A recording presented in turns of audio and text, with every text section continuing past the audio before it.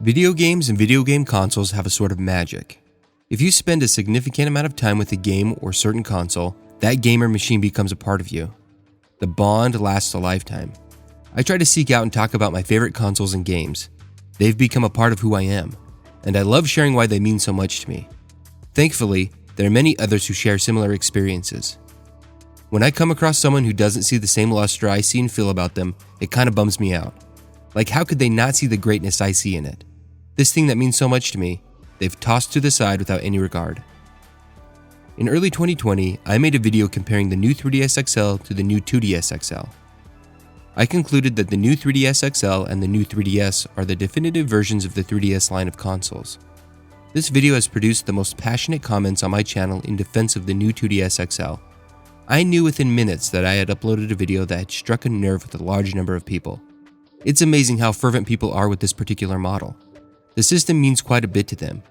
Because of these responses, I've decided to take a closer look at it and see if I can find what makes this handheld special.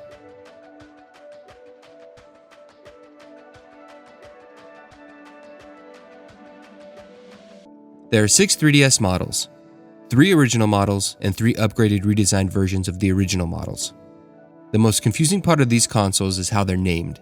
The 3DS, 3DS XL, 2DS, New 3DS, New 3DS XL, and New 2DS XL.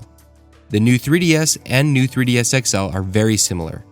They both have an updated processor, face tracking that helps stabilize the 3D effect, 2 additional shoulder buttons, and a C-stick that I have only used a handful of times, or never now that I'm thinking about it. These are the 2 models that I've played the most. I upgraded from the original 3DS to the 3DS XL, then to these 2 versions. I've loved them and I can't complain about much. They have a great feel, and I've put many gaming hours on them. After Nintendo made the new 3DS and new 3DS XL, I thought Nintendo was done releasing new 3DS models. In my mind, there wasn't much else they could do with the system, aside from making an HD model. Though I was wrong, Nintendo always finds a way to throw me off guard. They decided to release the subject of this video, a new 2DS, the new 2DS XL, meaning that this was getting an upgrade. The kid system. I wondered what they could do to entice me to buy one. What they did was, not much. I went out and bought one. Nintendo gave the 2DS a clamshell like the regular 3DS systems. It also has all the upgrades the new consoles have, C-stick and all. But, as the name implies, this model only plays games in 2D. They removed the 3D effect, which makes sense. There are many who think the 3D effect is a gimmick, so Nintendo got rid of it, which made this model cost slightly less than the new 3DS and new 3DS XL. The top screen was given a clean, sleek look that I think helped drive sales because it looks like something else that's very popular. Because they sleeked up the top screen, that meant that the speakers had to be moved. They're now at the bottom, aimed at your torso when you play, instead of aimed at your ears like every other model. Not even the DS models have this quirky speaker location. My hands almost cover them when I'm playing. Let's get this difference out of the way. The stylus is tiny. It's odd, but in practice it's not so bad. There were jokes flying all over the place when it was discovered. The new 2DS XL looks great. I like the colored border with matching buttons, D-pad, and shoulder buttons. The buttons and D-pad also have the letters and lines molded into the plastic. I like that the volume slider is also textured. And most of all, I really like the feel of it when it's closed and open. However, there are a few things I don't like about the design. The first and most obvious thing that isn't to my taste is the hinge. Why in the world is it sticking out the back? Even the original 3DS incorporated it into the body to create a nice brick shape. It looks clean and won't get caught on anything, which I've never had a problem with, but I can see a problem if it's dropped on the hinge. Again, I've never dropped it so I don't know for sure, but I can envision it not turning out well with a tumble. Staying on the hinge, look at the camera. That thing is partly exposed when it's closed. The camera isn't great, but look at how unrefined this design is. That's strange to me. Also, another big gripe I have with the console is the plastic that Nintendo used for it. It feels cheap. Well cheaper than any of the other 3DS consoles. I like that it has a matte finish, but so does the new 3DS, and it feels like a higher quality system. With all the changes, it looks like a downgrade from the other new systems. I mean, they have a longer stylus. Along with the stylus, the speakers are in a better location.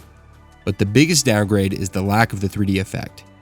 I know. It's not necessary and most people see it as a gimmick. But I see it differently. The large majority of 3DS games were made with the 3D effect in mind. They are suited for that type of gameplay.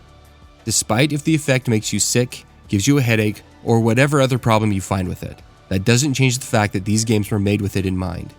By taking that feature away, you're literally taking a whole dimension away from these games.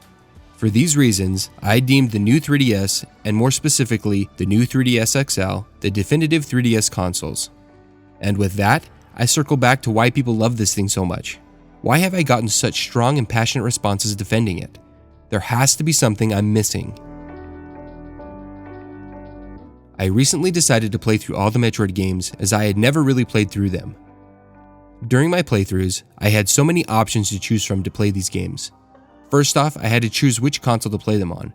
I wanted to stick to handhelds because I like to take them on the go and play in short bursts when I have a little bit of free time. I played Zero Mission on the GBA, Samus Returns on the new 3DS XL, and here's the important part of the story. I played Super Metroid and Metroid Fusion on the new 2DS XL. It gave me a starting point to play something on the console. And I'll say, this thing is fantastic for playing games. It feels great, and I don't know if it's just in my head, but this D-pad feels different. It's excellent. All the buttons feel right. I played it for extended periods of time, and never did I get a hand cramp. It just performs well. After I finished my marathon of Metroid games, I tried out a few actual 3DS games. I started A Link Between Worlds, which again, plays great. Though there are sections of the game where I wish I had the 3D effect to judge where some of the puzzles were in 3D space. Though, that's not a deal breaker, and I had a great time playing it. I then played Super Mario 3D Land, and again, it plays perfectly fine. Just like with A Link Between Worlds, I did find myself wanting to turn on the 3D in some spots. But to my surprise, these games that were built with 3D in mind play great without it. I still prefer them with the 3D turned on, but they are very playable without it. There's one thing that the new 2DS XL has that none of the other 3DS models have. Amazing special editions. No joke, the special editions Nintendo made for this model are the best special edition consoles ever. I couldn't help but buy the Hylian Shield edition when I heard about it. Luckily when I did, nobody really cared about the 3DS, so I was able to easily walk into a GameStop and buy one. This model has raised textures that look amazing. Others are equally great, like the Pokeball that has a pressable button, and the Pikachu Special Edition that has raised parts of Pikachu's face. But there are even more that I completely missed out on. And no, I haven't opened my Hylian Shield Special Edition. I will in due time, but for now, I'm okay leaving it in the box. The new 2DS XL is a quirky system. Nintendo rearranged a few things and modified the overall design, which at first in my eyes seemed to diminish the overall quality of the console compared to the other models that were available. But after spending some serious time with it, I found that it's a very competent handheld that feels great to play. After all, isn't that the whole goal of gaming? To have the controller meld into your hand to where you forget that it's even there, so you can immerse yourself into the game you're playing? I may have been a bit harsh in my previous video where I compared Nintendo's two new XL models. Have I changed my mind on my decision that the new 3DS XL is the superior console? No, but I like the 3D effect, and that feature is lacking from the new 2DS XL. If you have no affinity for 3D, the new 2DS XL is right up there for playing 3DS games. And that's what's important. Whatever way you like to play 3DS games, whether it's with the original model, the 3DS XL, the doorstop 2DS, new 3DS, new 3DS XL, and the final iteration, the new 2DS XL. What's really important is that you're taking the time to play an amazing library of games. It's great to have all these choices, but you really can't go wrong with any of them. If the new 2DS XL was your console of choice and you spent a significant amount of time playing games on it, it's most likely become a part of you. That bond will last a lifetime, because video games and video game consoles have a sort of magic.